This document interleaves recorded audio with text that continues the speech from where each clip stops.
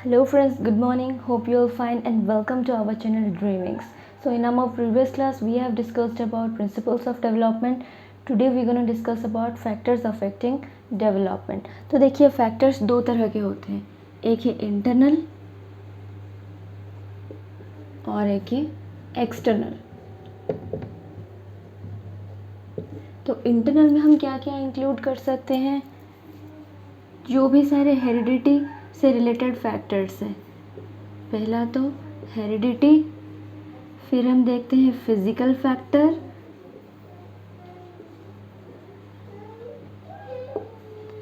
फिर हम देखेंगे इंटेलिजेंस, फिर देखेंगे इमोशनल. यहाँ पे आप और भी काफ़ी सारी चीज़ें जो कि हेरिडिटी से रिलेटेड होते हैं आप ले सकते हैं, जैसे कि मोटिवेशन, इंटरनल मोटिवेशन भी हो सकता है और एक्सटर्नल मोटिवेशन भी हो सकता है. इंटरनल मोटिवेशन जो कि हेरिडिटी एंड पर्सनालिटी से भी रिलेटेड है और एक्सटर्नल मोटिवेशन जो कि ट्रिगर करता है इंटरनल मोटिवेशन को. अब देखते हैं एक्सटर्नल में हम क्या क्या इंक्लूड कर सकते हैं. फैमिली,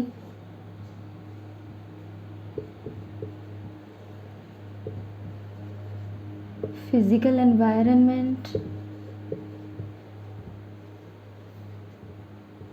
और सोशियो इकोनॉमिक कंडीशन. राइट. तो इंटरनल में हम देखेंगे heredity, physical factors, intelligence, emotional and motivation.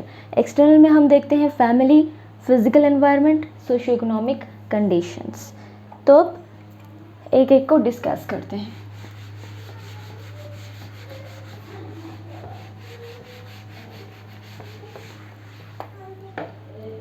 देखिए इंटरनल में पहले क्या आ जाता है, हेरिडिटी.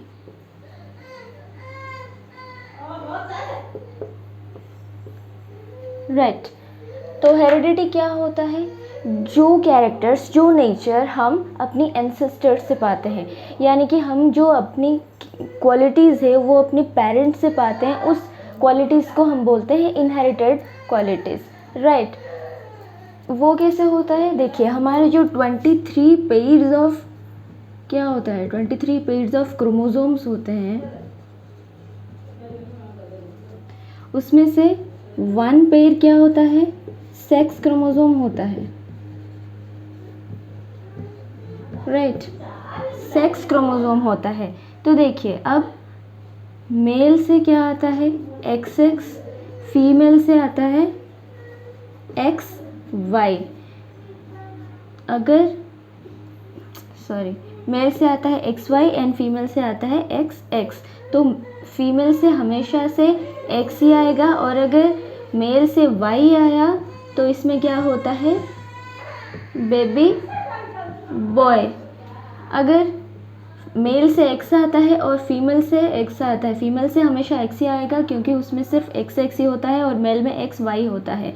तो मेल से अगर X आया तो उसमें क्या हो जाएगा, बेबी गर्ल. तो ये एक अलग बात है. देखिए तो ये जो क्रोमोसोम्स है अपने जीन में, ये ही रिस्पॉन्सिबल होते हैं किस लिए, जो इनहेरिटेड क्वालिटीज़ के लिए. राइट. हेरिडिटी के बारे में हम अपनी नेक्स्ट वीडियो में अच्छे से पढ़ेंगे जब हम नेचर नर्चर डिबेट पढ़ेंगे. राइट. तो पहले आ गया हेरिडिटी जो कि इंक्लूड करता है अपना स्किन टोन हो गया, या फिर हमारा हेयर कलर हो गया, लेंस का कलर हो गया, हाइट. राइट. तो IQ हो गई, लॉजिकल थिंकिंग हो गया, ये सब कुछ भी हमारा रिलेटेड होता है हेरिडिटी के साथ. तो नेक्स्ट फैक्टर है फिजिकल. फिजिकल फैक्टर में हम बिल्कुल इंक्लूड कर सकते हैं हेरिडिटी को. राइट. उसमें और भी कुछ चीज़ें आ जाएंगी, जैसे देखिए फिजिकल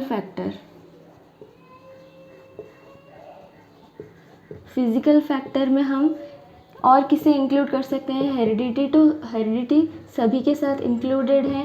क्यों, अब देखिए इंटरनल जो भी है, इंटरनल फैक्टर्स मतलब वो इंटरलिंक्ड होगा किसके साथ, हेरिडिटी के साथ. राइट. तो फिजिकल फैक्टर में हम और एक चीज़ को भी ले सकते हैं, न्यूट्रिशन हो गया, या फिर डाइट। ओके, जो डाइट एंड न्यूट्रिशन है वो हमारा इम्पैक्ट करता है किस पे, इम्यून सिस्टम पे, राइट। तो देखिए, अगर एक बच्चे का न्यूट्रिशनल लेवल ठीक नहीं है, इम्यून सिस्टम ठीक नहीं है, उसका जो डाइट है वो प्रॉपर ठीक नहीं है, राइट, तो अगर वैसा है तो एक बच्चे का क्या हो सकता है, उसे काफ़ी तर हम देखने को पाते हैं कि जिसका न्यूट्रिशनल लेवल ठीक नहीं है, जिसका डाइट ठीक नहीं रह रहा, उसका इम्यून सिस्टम वीक हो जाता है और वो ज़्यादातर इल होता रहता है, राइट। तो अगर एक बच्चा है जिसका हेल्थ बिल्कुल ठीक है और एक बच्चा है जिसका हेल्थ हमेशा ख़राब रहता है, तो उसमें क्या होगा, जो हेल्दी बच्चा है वो हमेशा उसका जो पावर रहता है क्या लॉजिकल थिंकिंग करने का, या फिर कोई भी प्रॉब्लम को सॉल्व करने का, तो वो सारा चीज़ वो हेल्दी बच्चा अच्छे से कर पाएगा। जबकि जो इल बच्चा है उसका जो मेंटल कैपेसिटी होता है वो काफ़ी कम हो जाता है due to lack of nutrition and proper diet, right. तो इसको हम ले सकते हैं फिजिकल फैक्टर में। नेक्स्ट हम देखते हैं इंटेलिजेंस।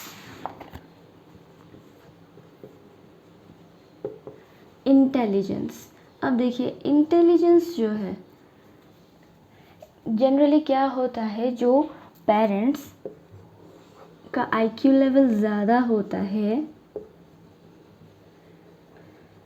उनके जो ऑफस्प्रिंग्स होते हैं उनका भी आईक्यू लेवल ज़्यादा होता है, राइट। जो हाई आईक्यू वाले पेरेंट्स होते हैं उनके ऑफस्प्रिंग्स भी हाई आईक्यू वाले होते हैं। पर देखिए, हर एक ऑफस्प्रिंग, अब देखिए अगर एक पेरेंट का 2 बच्चे हैं तो हम ये गारंटी नहीं दे सकते कि किस बच्चे का आईक्यू ज़्यादा स्ट्रॉन्ग होगा अगर पेरेंट्स आईक्यू में रिच है, राइट। वो एक बिल्कुल रेशियो में होता है जो कि हम जेनेटिक्स में देखते हैं, तो वो एक बात है। तो इंटेलिजेंस क्या है और किसे इफ़ेक्ट करता है, ये अपनी थॉट को अफेक्ट करता है, और फिर अपना जो थिंकिंग कैपेसिटी है या फिर अपनी जो लॉजिकल थिंकिंग है उसे भी ये अफेक्ट करता है, राइट। नेक्स्ट क्या आ जाएगा, इमोशनल।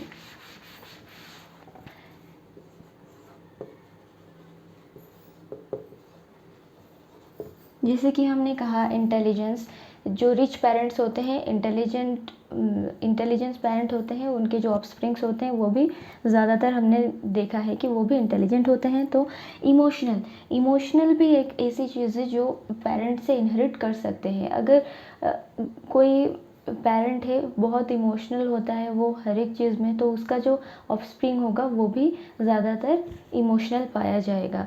पर जो इमोशनल नहीं है, जो काफ़ी क्रूएल माइंडेड पेरेंट्स है, उनके ऑफस्प्रिंग्स मतलब ज़्यादातर देखा जा सकता है कि उनके ऑफस्प्रिंग्स भी उसी तरह क्रूएल होंगे क्योंकि वो इनहेरिट कर जाता है वो सब क्वालिटीज़।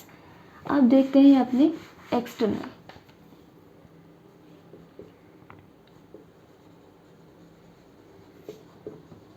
एक्सटर्नल फैक्टर्स में हम क्या देखेंगे, फैमिली।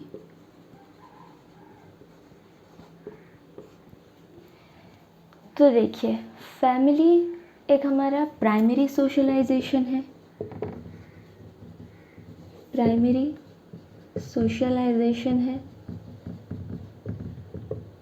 राइट। तो जब बच्चा पैदा होता है सबसे पहले किससे मिलता है, अपनी पेरेंट्स से मिलता है, राइट। तो वो जो एनवायरनमेंट रहा वो हमारा प्राइमरी सोशलाइजेशन कहलाता है। तो इसमें देखिए, अगर किसी फैमिली में कोई डिस्कॉर्ड हो, राइट, अगर मदर एंड फादर के बीच में कुछ प्रॉब्लम्स है, इश्यूज़ है, ज़्यादातर झगड़े होते रहते हैं या फिर डाइवोर्स हो चुका है, तो इस तरह की जो फैमिली एनवायरनमेंट होता है, या फिर बच्चे को अगर अटेंशन नहीं दिया गया, उसे अगर केयर एंड अफेक्शन नहीं मिला, तो उसके अंदर एक डिफिशेंट फीलिंग आ जाती है, राइट, कि मुझे ये नहीं मिल रहा, मुझे वो नहीं मिल रहा। वो कंपेयर करना शुरू कर देता है अदर बच्चों के साथ, कि उसके जो मदर एंड फादर है वो उसे काफ़ी ज़्यादा प्यार करते हैं, वो मुझे नहीं करते, एंड ऑल दैट। सो इस तरह से क्या होता है, जो फैमिली में कोई भी इशू हो वो बिल्कुल असर डालता है किस पे, अपने बच्चों की ब्रेन पे। तो वो हमारा एक्सटर्नल फैक्टर बन के काम करता है अपनी डेवलपमेंट में, जो कि काफ़ी क्या करता है, अपोज करता है थिंग्स को समझने के लिए। वो काफ़ी ज़्यादा असर करता है अपनी मोरल्स डेवलपमेंट के लिए भी, इमोशनल डेवलपमेंट के लिए भी, और कॉग्निटिव डेवलपमेंट के लिए भी।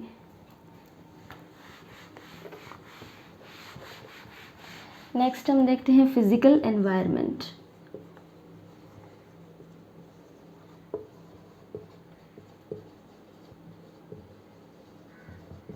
फिजिकल एनवायरनमेंट में हम क्या देखते हैं, अब देखिए फैमिली तो रहा अपना जो प्राइमरी सोशलाइजेशन है, और ज़्यादातर बच्चा जिसके साथ मिलता जुलता है। अब देखिए फिजिकल एनवायरनमेंट का मतलब क्या है, जिस एनवायरनमेंट में, जिस सोसाइटी में एक बच्चा बढ़ रहा है, वहाँ अगर ज़्यादा पोल्यूशन है, राइट, पोल्यूशन ज़्यादा है, नॉइज़ ज़्यादा है, या फिर जो नेबर हैं,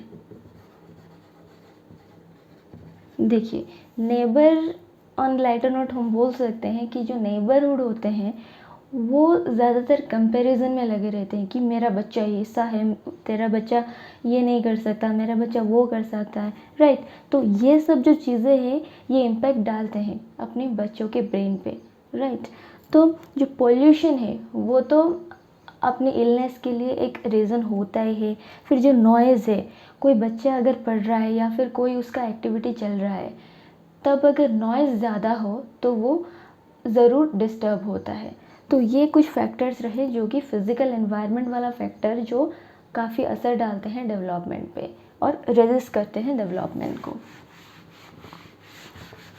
नेक्स्ट आ जाता है हमारा socio economic conditions. Socio economic conditions. अब देखिए सोशियो यानी कि सोशल, एंड इकोनॉमिक यानी कि फाइनेंशियल, राइट। सोशल मतलब कि जो सोसाइटी है हमारा, अगर हम एक सोसाइटी में रह रहे हैं जिसमें हम काफ़ी क्या डिस्टर्बेंसेस हमें मिल रहा है, जहाँ की उस तरह के जो नेबर हैं जो हमेशा से कंपैरिजन में लगे रहते हैं, नीचा दिखाने की कोशिश करते रहते हैं, उस तरह की जो सोसाइटी है वो हमें काफ़ी इम्पैक्ट करता है। अब देखिए फाइनेंशियल जो इफ़ेक्ट है वो तो ज़्यादातर हम देखने को ही पाते हैं। अब देखिए छोटे छोटे जो विलेजेस होते हैं जहाँ पे हम अपने फाइनेंशियल कैपेसिटी को ज़्यादा बढ़ा नहीं पाते, या फिर जो पोर क्वालिटी के लोग होते हैं, मतलब क्वालिटी नहीं, जो पोर फाइनेंशियल क्वालिटी के लोग होते हैं वो क्या ज़्यादा एक्वायर्ड जो कंडीशन है उसे एक्वायर नहीं कर सकते, उसे अफोर्ड नहीं कर सकते। तो वो क्या हो जाते हैं, बिल्कुल पीछे रह जाते हैं अपने टेक्नोलॉजी के हिसाब से या फिर जो डेवलपमेंट के हिसाब से। अगर कोई बच्चा दिल्ली में रह रहा है तो क्या उसके पास काफ़ी सारी जो एक्सपोजर्स हैं, फाइनेंशियली भी वो अच्छा हो सकता है, या फिर उसके जो इन्वायरमेंट है वो भी अच्छा होगा, उसकी जो फैसिलिटीज़ हैं वो भी अच्छे होंगे। तो होना ही है कि वो ज़्यादा डेवलप करेगा, राइट। उसका जो लर्निंग कैपेबिलिटी होगा वो भी इंक्रीज़ करेगा, उसका जो सोशल बिहेवियर होगा, मोरल बिहेवियर होगा, वो भी काफ़ी अच्छा हो सकता है, राइट। तो जो फाइनेंशियल कैपेबिलिटी है वो काफ़ी असर डालता है अपने डेवलपमेंट पे, कि हम किस तरह से अपने लाइफ में इम्प्रूव करते हैं। ज़्यादातर देखा भी गया है कि जो, अब हमारी ही बात समझ लीजिए, अब देखिए हम क्या क्या यूज़ कर रहे हैं, हम एक जस्ट एंड्रॉयड यूज़ कर रहे हैं और वाइट बोर्ड से हम अपना काम चला लेते हैं। पर देखिए जो फाइनेंशियली स्ट्रांग है वो क्या यूज़ करते हैं, डिजिटल बोर्ड यूज़ करते हैं, उनके काफ़ी ज़्यादा प्रमोशंस होते हैं, राइट। तो ऑन लाइटर नोट एक एग्जांपल हम ले सकते हैं इसे, कि अगर फाइनेंशियल प्रॉब्लम्स हैं तो बच्चों पर कैसे असर पड़ता है, राइट। तो ये तो रहा फैक्टर्स अफेक्टिंग डेवलपमेंट, एंड हम अपनी नेक्स्ट वीडियो में देखेंगे नेचर नर्चर डिबेट, या फिर हम इसे बोल सकते हैं मैच्योरेशन वर्सेस एक्सपीरियंस। राइट, तो फिर मिलते हैं अपने नेक्स्ट लेक्चर पे। Till then be safe, keep learning, सीखते रहिए, सिखाते रहिए। God bless you.